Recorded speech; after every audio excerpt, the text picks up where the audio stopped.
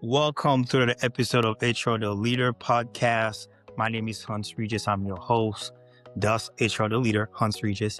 And today I am sitting with, I'm going to say it, he's not going to like it, the legendary Joe Brown. If you don't know who this guy is, we'll get into it. Before I introduce him, I'm going to tell you how I met Joe Brown, and I'll let him introduce himself and talk a little bit about his journey. A respiratory therapist by trade. So I went to the ARC about 3-4 years ago. It was in Gatlinburg. And I heard him speak and I was like, who is this guy? Because at first I wasn't a part in my journey. Well, I got into leadership by default.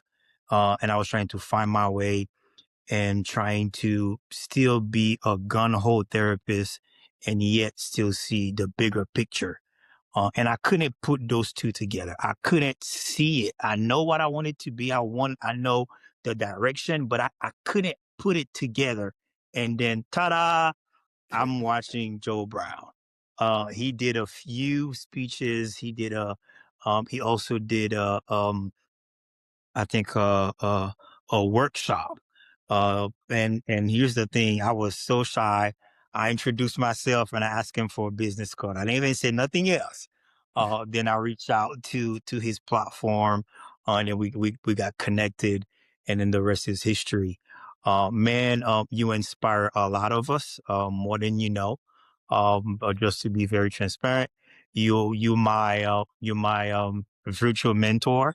I follow you a whole lot. I take notes on everything you do. And when we have time to connect, we do connect and we do talk.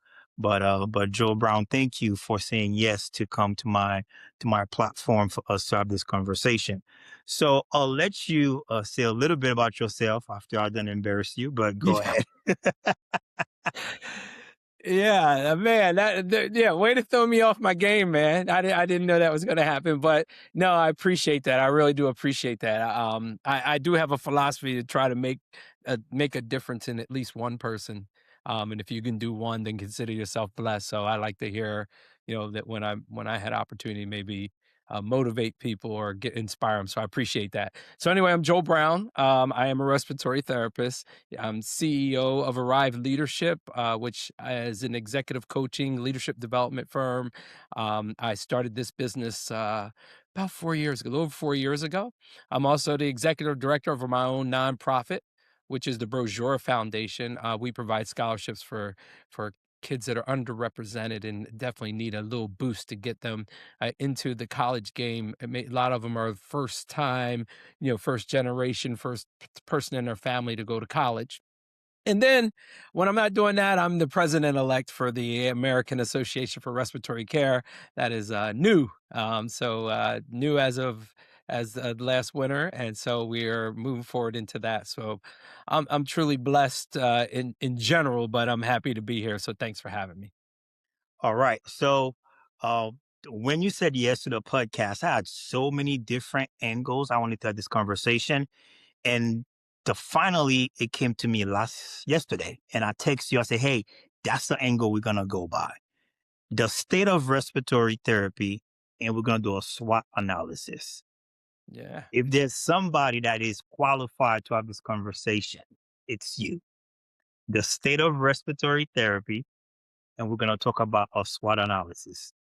Their strength, weakness, opportunities, and threat. For the next few minutes, that's the conversation. That's what I want us to have a conversation about on how we got here, our strengths or weaknesses, everything about respiratory. If there's somebody that I know I could have a reach to and have a phone call that could literally educate us, I'm ready. So it's not a conversation. I got my notepads and everything else.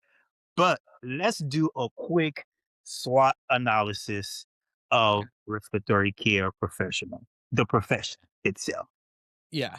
Well, I would be remiss if I didn't say this, right? So shout out to Midwestern State University. I am a professor there. I teach masters in healthcare administration.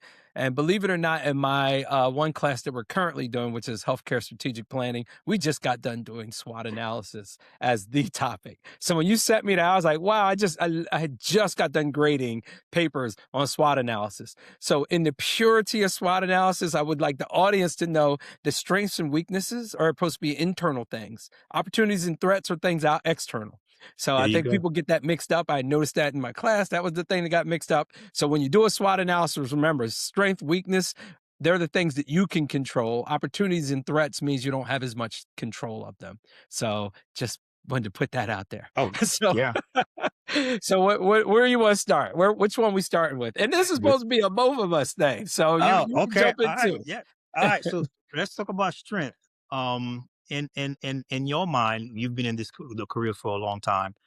What are some strengths you've seen from the profession as a respiratory therapy profession? What is some of our strength? Yeah. Well, I would start with this. Probably me, just like I'm pretty sure you're the same space. We have clinicians that absolutely love what they do. Yes. I love this profession. Love Yeah. it. No Yeah. questions asked. Like not a part of it I don't love. I love every part of it. I even love the heartache parts because I know and they don't happen as frequently as the parts of the great parts, but I love it all. So I will say Hmm. first is we have people who are passionate about what they do that tend to gravitate towards this profession. We're the experts. What Yeah. actually made me become interested in being a respiratory therapist, I got to witness a respiratory therapist when I was in the military, and I just watched how when he went in the room, everybody kind of backed out and let him come in, and he was able to use his expertise, his experience, his knowledge, and also his connection to the patient that Hmm. was in the room to fix a problem. And I've mentioned this before, is that she actually would not move out the bed unless he came in the room first. And this was a patient that was in the burn unit. And that I was just like, wow. And then he did his thing, everybody was happy, and then we moved on. I love Hmm. that, right? Because that means that our expertise, what we do is valued and people see it as something that is unique. It's very specific. And really, there's rarely someone else in the room other than another respiratory therapist. I mean, you could probably argue a really astute pulmonologist or something like that, but usually we are the epitome of the cardiopulmonary space. Another thing I loved was our adaptability. True. I love the fact that I was not in the same space the whole time. Before I was a respiratory therapist, I was a medic, so I wasn't used to being in the same space at the same time, right? And so I love that we could come do our thing and then like kind of move to the next area, to the next patient. It could be a patient that's the acuity is higher or lower. We were able to adapt to that. And then if you're old as like I am, we used to, our department used to be full of parts.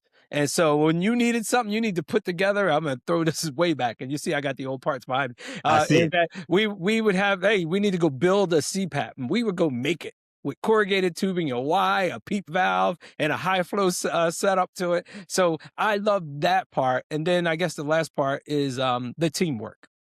Um, we don't work totally on an island, although our knowledge base is the island, but we're bringing other people in, right? We Hmm. need the nurse, we need the physician. And because of that, I love the fact that I could go to each unit and build relationships with new people. They were all the things that I consider a strength of what we do, and what makes us super valuable in the healthcare space. I think if I need to add it to that, I would say the versatility brings it home a lot for me. Yeah. So we are the lungs expert, but I think the way the lungs work, it automatically allows us to be very versatile in the different other compartment of the body. We need to understand plumbing because your lungs may be okay, but if the plumbing's not working, that also let us know how we're going to manage our ventilators, what kind of medication we need to give to allow for perfusion, for gas exchange, for shunting. It's the versatility. If you're really invested in respiratory therapy, you are amazing. You're bad, man. You're bad, girl. You bad. And Yeah. that's why if you end up branching off, when we do see great clinician branch off, they branch off to do almost anything. they could go to almost any other field and still be successful. So I think the versatility of the field definitely is a strong suit, also a big strength for me. Yeah. And like you also said, um, we also have burnout, but the different type of patient that we see in one day allow us to again go from a very acute patient that took all of our a solid 30 minutes to an hour, but the next one is a little breathing treatment from somebody who can actually talk and brighten your day after you've dealt with something traumatic or tragic. But the next patient is somebody who's bringing hope, somebody you just extubated, who's doing well on their is, who actually you help doing walking them down the hall because they're on their way home. You're doing a 6 minute walk, but literally before that, you just had somebody who didn't make it from a cold. Yeah. That also helps us. At times we say cynical, but at least endurance makes us stronger clinician, stronger human being actually at times, because some of those feels, some of those skills we build at the bedside at time translate Yeah. outside the hospital. So for me, I think those to me are some strength I would highlight based on some of the stuff that you mentioned. Yeah. Can I add something to that? Because you were Go talking ahead. about like the burnout part. And I vividly recall the roughest day I've ever had as a respiratory therapist. And shout out to Brian Samuels at Nemours. He still works there. He was a mentor of mine, is a mentor of mine, but that definitely was the person that kind of taught me Hmm. kind of showed me everything clinically. But I remember one day, it was actually Valentine's Day, and we were both in the pediatric ICU, and I was probably a couple years out of school, and it was the busiest day ever. We had a full ICU, super high acuity, tons of patients on ventilators, transports, all that stuff. We were short staffed.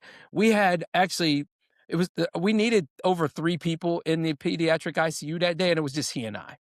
And we didn't go to lunch. We didn't take a break. Like lunch was grab food in between. And he did something he probably doesn't even remember. We both actually had to call our wives and tell our wives, each other's wife, that we were going to be late for Valentine's Day. We were like, I'm gonna call your wife so she knows it's legit. So anyway, we get done and we finally finished, and the next shift comes in because we end up staying extra, got them together, and he put his hand up to high five me, and we high fived, and he said, "Do you know how many lives we saved tonight?" Wow. And all of that stress, all that, I mean, high pressure work we are doing, it just went away because it was a true Hmm. connective purpose, right? Hmm. Why are we here? And like you and I, we just saved a whole lot of lives. And I was a young therapist, so man, I swear he made me feel good in that moment. Yeah. Yes. And Yeah. so, Yeah. so that's why I said I love every part of it, even when it's stressful. All right, that's the clinician aspect. Both of us, we are leaders. What is the strength you think artsy leaders bring Oh when it's man. going with the leadership lens from being an artsy? Oh man. Know what the biggest one I think is? Our ability for, we talked about adaptability and having to go from place to Hmm. place to place to place. And what I realized was my superpower as an RT in leadership is I knew everybody, right? If True. there was a nurse, or if there was someone in purchasing, or someone who was just an administrator, not just administrator, someone who only spent their time as an administrator, they knew people in their space, but I knew everybody. Know why? Because I worked with them physically at the Yeah. bedside. I knew Yeah. people in the NICU, the PICU. I knew people in the ER. I knew people down in supply, sterile processing, just moving around. And part of our job is going from place to place and building relationships so we can work with them when we're in their space. And that became my superpower, because if I had an issue, or I had a barrier or an obstacle I need to overcome, and I needed to bring people in, I had already built relationships with those folks in my Hmm. clinical time, to the Hmm. point when I actually interviewed to be the vice president, because one of my roles was vice president of acute medicine. I sat around a group of chiefs and chairs, and when I sat around that group, I knew almost all of them. Think Nice. other than like radiology and pathology, like I knew them all. Like I knew the neonatologist because I worked with him when he was a fellow in the NICU. I knew the surgeon because I was in the OR with him. I knew the pulmonologist because we know the pulmonologist, and he was my Mm-hmm. medical director at one point. Mm-hmm. And so I walked in the room, I knew everybody, and I thought to myself at that moment, that's an experience pretty much only a respiratory therapist is going to have. True. And True. if you can take the leadership skills to those relationships and add it to those relationships you built, I don't see how you could fail. Good point. All right. Let's keep it moving. Yep. Strength. Next one, the W, weaknesses. Yes. So weaknesses, I think number one, we talked about all this great stuff, but awareness is our problem, right? All Mm. that great, everything sounds great, but I don't What know do you mean many by awareness? well, I don't know many respiratory therapists that said when I was 8 years old or when I was in junior high school, I said I'm going to be a respiratory therapist, True. unless their parent or somebody in their family had asthma or COPD. But everybody Yeah. knows about nursing, everybody knows about physicians. We're not as well known. So that is a weakness, I believe. And I do believe we do have some impact on that, right? So to me, that's a weakness. Another one is I don't know if you want me to roll through because I could No, go no, on, go ahead. Go right? ahead. I think a weakness is a scope of practice. There are some places that we practice at the top of our license and some that we don't, and that leads for inconsistency. And I bet we all have been in a situation where when leadership transitions and someone comes from a place that they weren't used to respiratory therapists working at the top of their scope and they come into us, you have to reteach them, You could right? feel it. So You could feel it. that's not consistent. Um, and then I think the biggest one for me, and I'm going to stick with this one because of what I do, is our leadership pipeline. Right. You've heard me say it a billion times. And I think anybody that's seen a podcast with me has heard you're either at the table or you're on the menu. And I cannot tell you how Mhm. many times I've found us on the menu. Our leadership pipeline is not great. And it's a weakness of developing people who are strong clinicians to also, when I say leadership, I'm not talking about bedside leadership. We do that amazingly. I'm talking about the administrative leadership where the decisions are made. That's a weakness for us. We need to be a beyond the director role, which we need all of them. But once you get beyond that director role, you'll find that you're able to make decisions to help that director, to help that manager, to help that supervisor, right? So they get all the things they need to provide excellent care for our patients. So our pipeline from every level, but definitely at the executive level, I consider that one of our weaknesses. I got a few questions for you then. Yeah. So let's talk about the leadership pipeline. One, now I could be very transparent. I see there is a change, there's this movement in leadership. From LinkedIn, from coming to the different AARC, I see now that we are moving forward. Yeah. But there are still some states, and within the state, there are still some organization where the older leadership is still there. You still have, leaders that have been there for over 20, 30 something years. And there is a culture of us versus them. Mm, Now, once you start becoming a leader, they start to see it as a sellout mentality. And I could speak for myself. mm, As I was transitioning to leadership, and then I'm evolving and I'm now a system director. Um, I do find certain clinician that feels that I'm no longer for the staff, or I'm more with them that I'm with us. And that's a concept that is hurting us.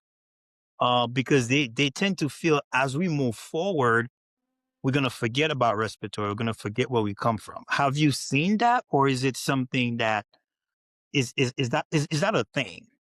it's a thing, but it's not unique to respiratory. I mean, I remember working at Wendy's, and when I was a kid, and one of our friends decided that he was going to be the manager, and everybody went, "Oh, you're a sellout," right? Hmm. But he became the manager, and we all end up working for him. And then we realized because he actually worked the line long enough that he was able to actually understand where we were. And I think it's the same thing, right? If you want to be a leader, you cannot allow the handful of people who think that you're a sellout or think that you're not going to, you know, help them or whatever. I can't allow that to be my decision not to. My key after that is to prove them wrong, right? I love when Mm-hmm. someone tells me what I'm not going to do. And I also love when someone thinks that I'm going to forget where I came from and forget my roots. Anyone who's a leader, anyone who's been doing this long enough knows that each time you have a role, I've used this scenario before. It's like picking up pieces to Legos, right?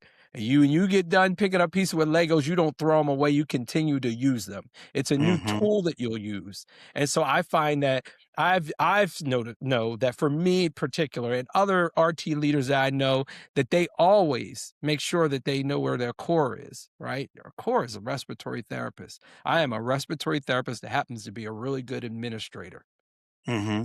not the other way Mm-hmm. around, right?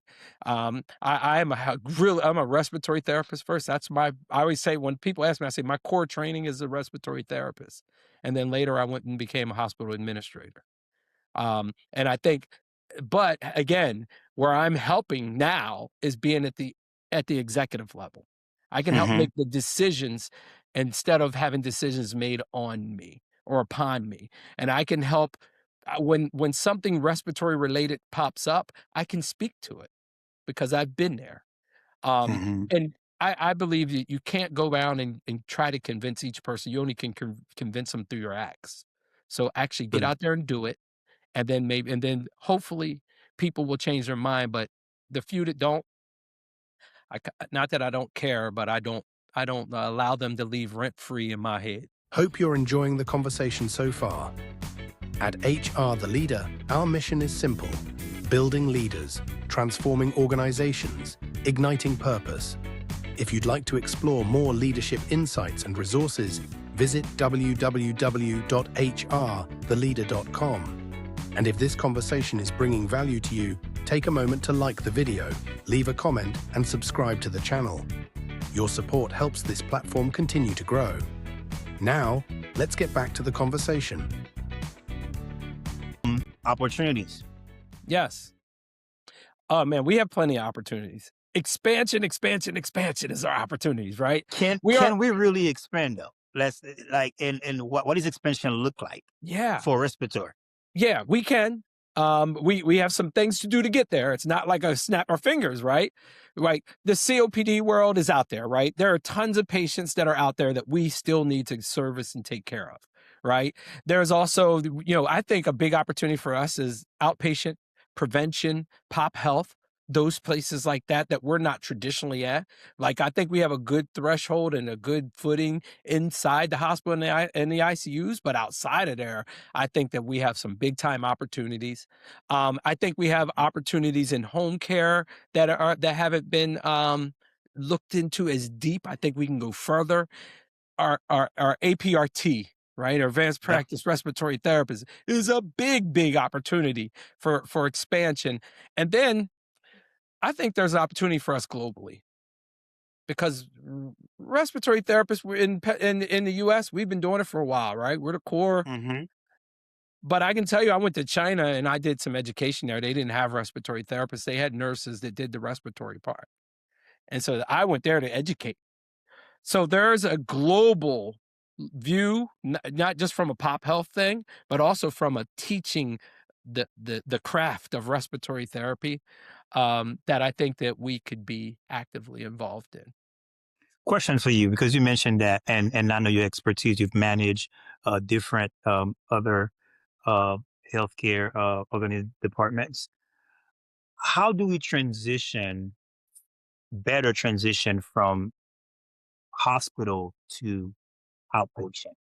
Yeah. And is this something that should be coming from the schools, or because in our mind, outpatient is more of a retirement gig? They're not trying to teach. During my time, they don't teach us coming out of school that there is outpatient. And just to be very transparent, outpatient was during my time second class Part C, because you Ooh, would come in and we do it's critical care, it's ICUs, it's inpatient, and we took PFTs as a class, but we are not trying to graduate and go work outpatient, go work PFTs, go work clinics, do trach dependent, go into the community. How do we bridge this gap, or is it still going to be as you paid your dues in inpatient and now it's time for retirement? Let me slow my pace down and go do outpatient, go do home health. How do we bridge that gap to still see there is value there? Yeah, I think you hit the nail on the head, right? You said that people thought that if you went in these places, that was I forgot what term you made, but it was like a therapist that wasn't as motivated. And I think that we have to stop, right? If we truly believe we add value as professionals, there is Mm-hmm. no area that you are less than, because you're equally needed. And I think, like, if we had we have highly motivated outpatient type folks, we'll have less people in the ICU, right? At the Mm-hmm. end of the day. Mm-hmm. So I see someone who has that interest, and especially if I see someone has that interest early, which I do know a young man named Brady. I remember he was a top tier student, and everybody was trying to pull him into the ICUs, and he wanted to go into long-term care where he loved it. And let me tell you, one of the best long-term care RTs you will ever run into. He could take care of my family any day, right? So we have to make sure that we show there's value everywhere. There's no less than area. But the big part about, the outpatient space has to do with payment and Yeah. right? Like, Yeah. there's some legislative things that had to happen so insurance companies are willing to pay for it and recognize the value. The opportunity also there is getting the research to prove it, right? Mm-hmm. We have to do more research to show that a respiratory therapist in those spaces makes absolute impact, adds value, so therefore be paid for. But I say we absolutely have to get rid of that. You go here because you're less. No, you go to Mm-hmm. where you find interest. I went into pediatrics when I first got out of school. That didn't mean I felt, that I was less of a therapist. It was because I loved working with kids, still do to this day. Mm-hmm. And I don't think if someone decides I want to go straight into sleep PFTs, I want to go into outpatient, if that's where their heart is, we want the best there. Not to someone who's doing it as a second. I mean, if it's your second career, fine, but I hope you're going there also because you want to do your best and be Yeah. the best, and it's where you love to be. Mm-hmm. So opportunities for leaders, right? I think now we are seeing more clinician stepping up into leadership. How do we engage them to be the next me, to be the next you, to be the next director somewhere? If you are one of the leaders listening to this podcast or watching this, questions for them. How do you start working on that pipeline? Yeah. I'd say get a mentor right away. First thing is get a mentor, multiple mentors, in fact. You want a Mm, mentor that's in the space you want to be. You want a mentor that's a colleague of yours that has the same ideas. You want a mentor that's your boss's boss. And you want a mentor that's outside of the space. Don't get me started. You want a lot of mentors. So get mentors, ask a lot of questions, learn.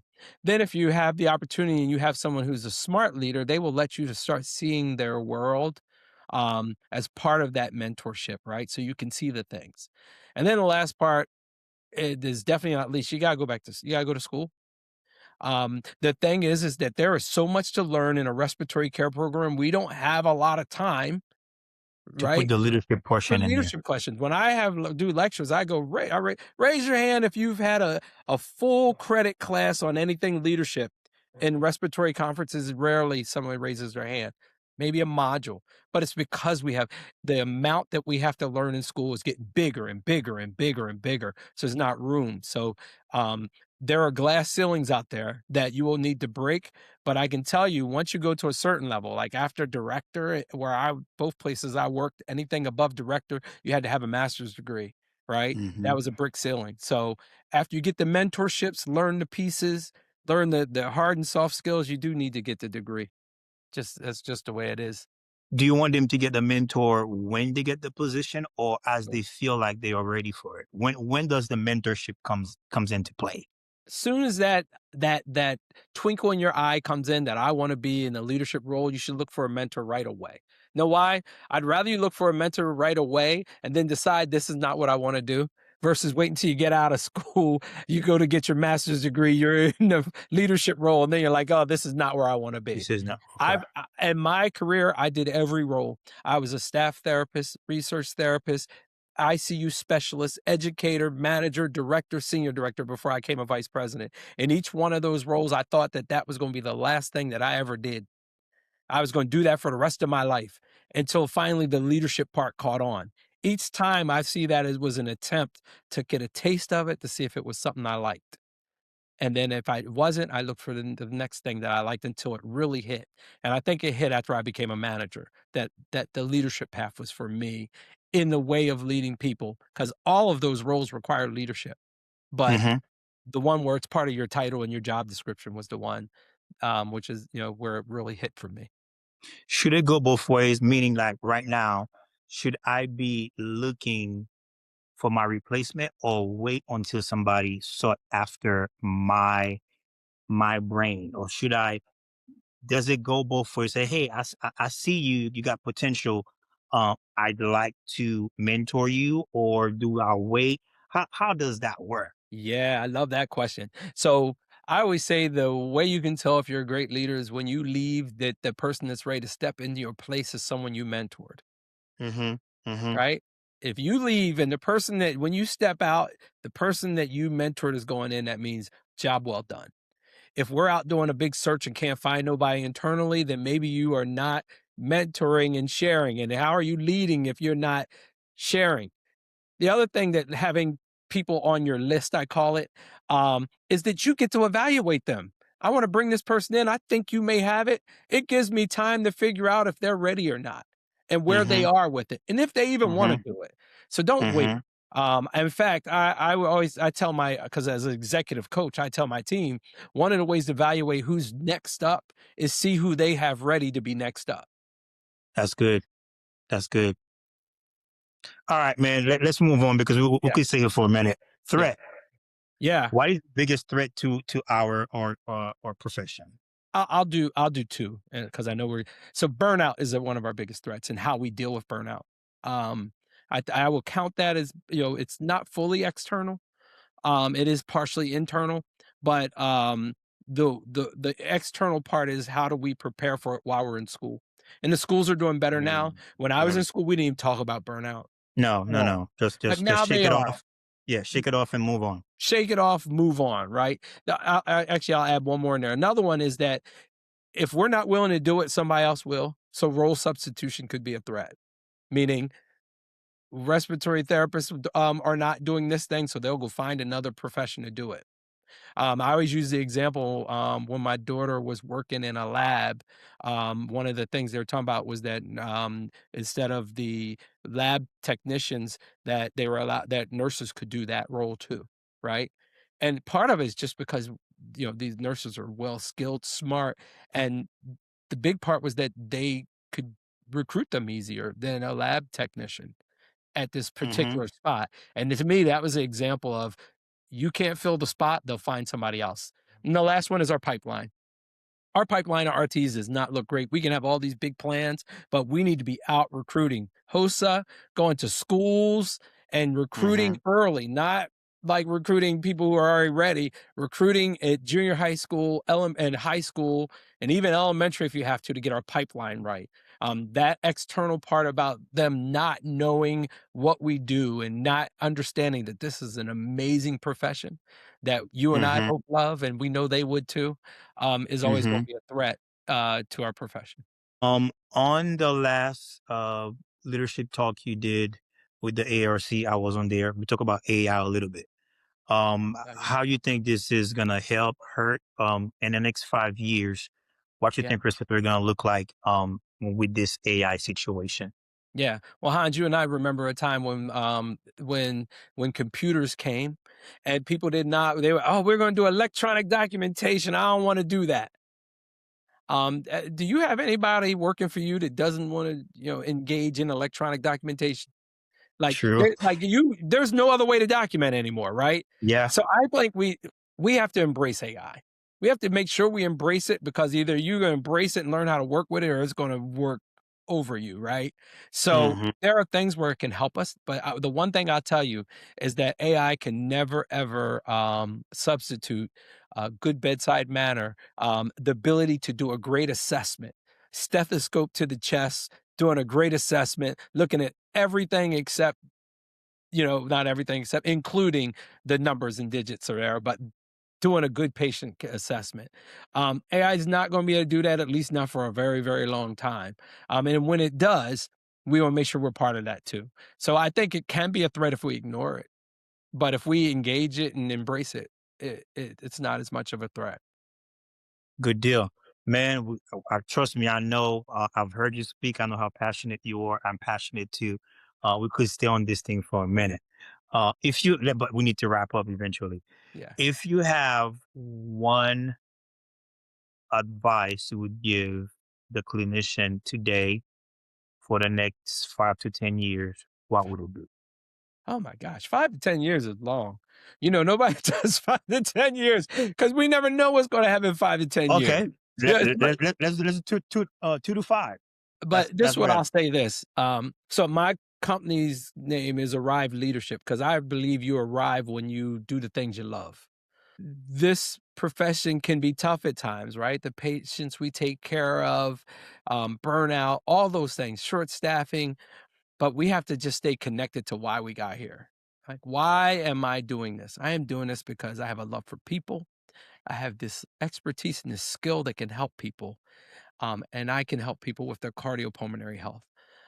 So when in doubt, when you're wondering and your shoulders are down, be okay with patting your back. You're picking your hand up like this and patting yourself on the back because I guarantee you every day you leave the hospital, you leave the clinic, wherever you work, you've most likely have saved somebody's life that day. So keep the main thing, the way my boy Jalen Hurts says. All right. Same questions for the leaders who are listening or watching this podcast. Leaders, first of all, be a member of the AARC, right? You need to be a member of you need to be part of your professional organization, right? That's how you stay connected, encourage your people to do that, right? That makes sure we're all moving in the same space. But I would say the big one for leaders is focus on your development.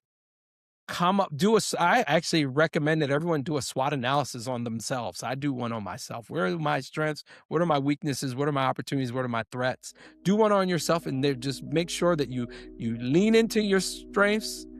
You try to adjust your weaknesses, put your future on your opportunities, and then minimize your threats. I like that. All right, man. I'm going to say thank you. But the last one. Yeah. I follow you a lot. I know you're a very busy man. Again, I'm saying thank you for taking the time to be here because I know how valuable your time is. When it all said and done for Joe Brown, what would be your legacy that you want to be known for? Oh, wow. You know what, man, I love that question.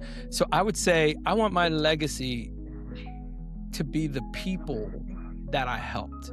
So my legacy would be not to be known, but the people that I've had an impact on their life, the folks that I've mentored, the folks that I've given advice to, that they do well. I can tell you that my time as being an executive coach, I call it the most selfish job in the world because I get absolute joy out of seeing people do well. So it's for me, right? I get to help people and see them do well, and it's the best thing ever. So I believe I have no legacy unless folks that I've impacted are doing well. Well, thank you, man. Like I said, the way I started it, you impacted me to do what I'm doing now. You impacted me to help me refocus the dream, refocus the vision, and help me and stay on the course. You are very busy, but you are very humble. You are accessible when need to for the right people.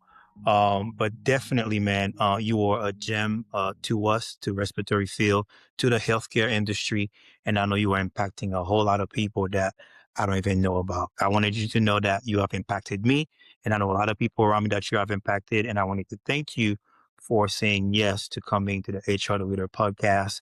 And I'll see you very soon. Yeah, man, I appreciate it. Thanks for the invite. All right, man. Thank you very much. Yeah.